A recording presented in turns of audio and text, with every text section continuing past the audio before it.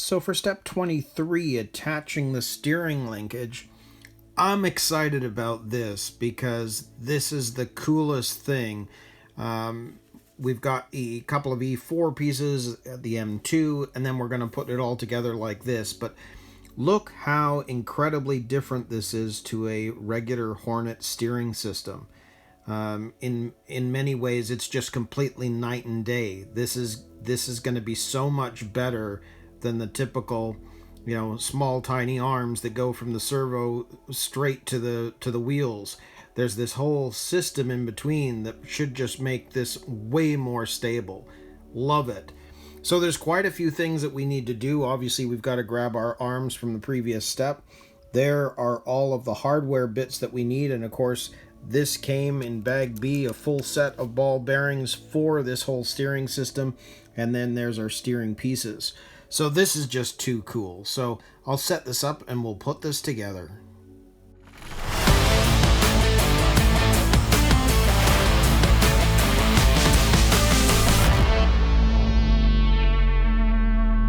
So first off, let's grab these E4 pieces, and you can see that we've got the MB8. Okay, so we're going to take our ball bearings that came in the kit. Very cool. One in there and one in there. So there's one of them. Put that aside for now. Take the other one. Gonna put another MB8 into the top of there. Flip it over and put another one right there. So there's our E4 pieces with our ball bearings. Love it. So they're aside. So now we've got to work on this. Now, if these will pop in, I'm going to do it right off the bat. Let's see how this is going to work. Oh yes, okay, so you can see that this piece here, one side does have this extra bit, but let's see if these will fit in without popping out. Little bit. They're a little looser than the ones on E4, but there we go. There's our ball bearings on the top of that.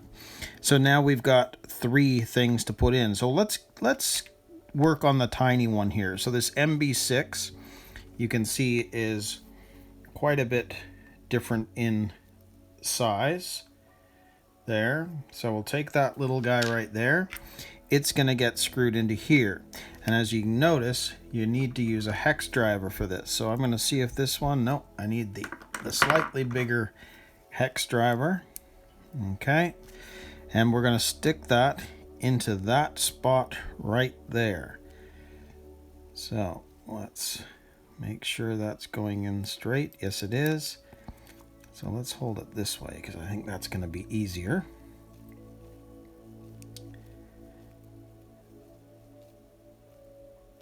Wait till I get to the end. And I'm not going to over tighten. I mean, these are not tapping screws. So just going right to the end. So there we go. There's our little ball connector there. And then we have these other 2 that need to go on. Now these ones I can use with our regular box wrench. So I'm just going to make sure that that is correct. Yes. So let's make sure that's going on. And it's not quite, so that's okay. We just make an adjustment there. Yes. Okay, let's screw that in.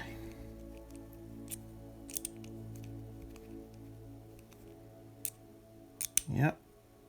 And again, I'm tightening it, but not going too far with it. I don't want to strip anything out. So let's take this other side here. Same thing again. Take it from that side. That's gone in nice and straight, actually. I do like using the box wrench to sort of, by putting it in there, you kind of get an idea as to where it should start screwing in to these pieces, and it means it's a lot easier.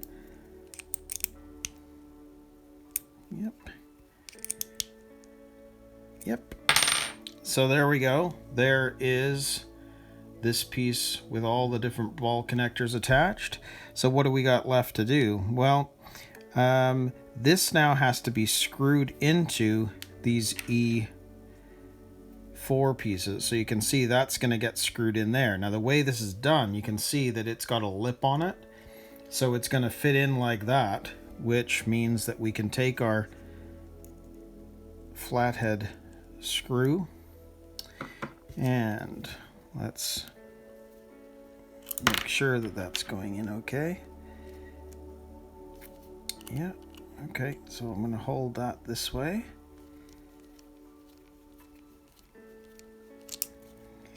Make sure that's going in right, yes.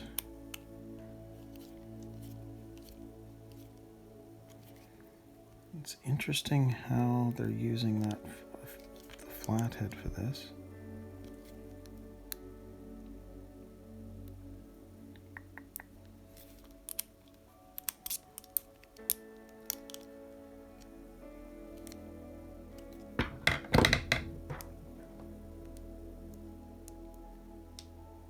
Yeah. And again, you know, these are not tapping screws, so don't over tighten it. There's a little bit of play, but not much. This feels very, very smooth. So we're going to do the same thing with the other side. I'm going to take that, take our flathead screw, because you can see, like, if I push this in all the way without trying to attach it to anything, I can't go any farther than that. So it looks like I actually could tighten this side down just a touch more, but not by much. Well, let's try.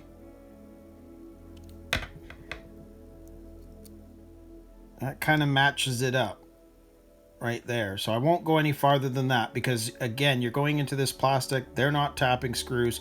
So if I overdo it, I could end up stripping this out. So let's take this one again, flip that over so we've got the lip facing up. So that's going to go into there.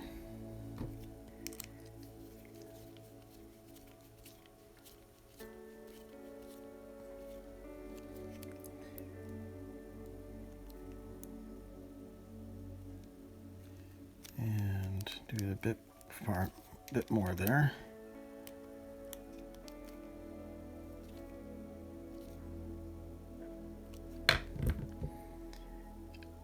Yep, and there we go.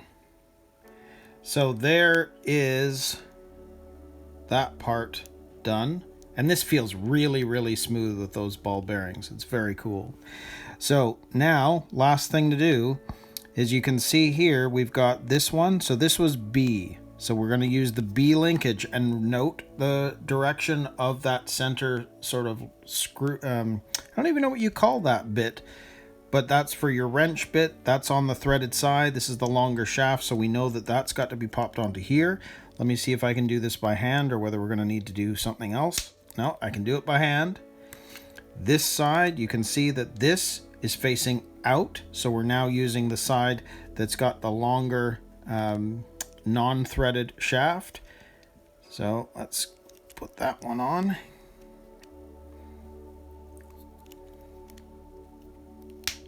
There we go. And lastly, we've got C, which it's not going to matter which way you do it. It's, you know, both the pieces are exactly the same. So direction wise, it's not going to make any difference. So we'll pop that on now.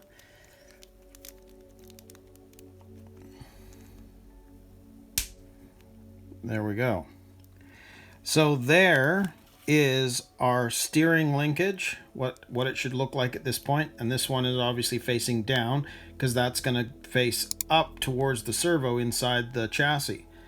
But there's our steering linkage. Very, very cool. It's going to be so much more durable, and the steering should be way more responsive too.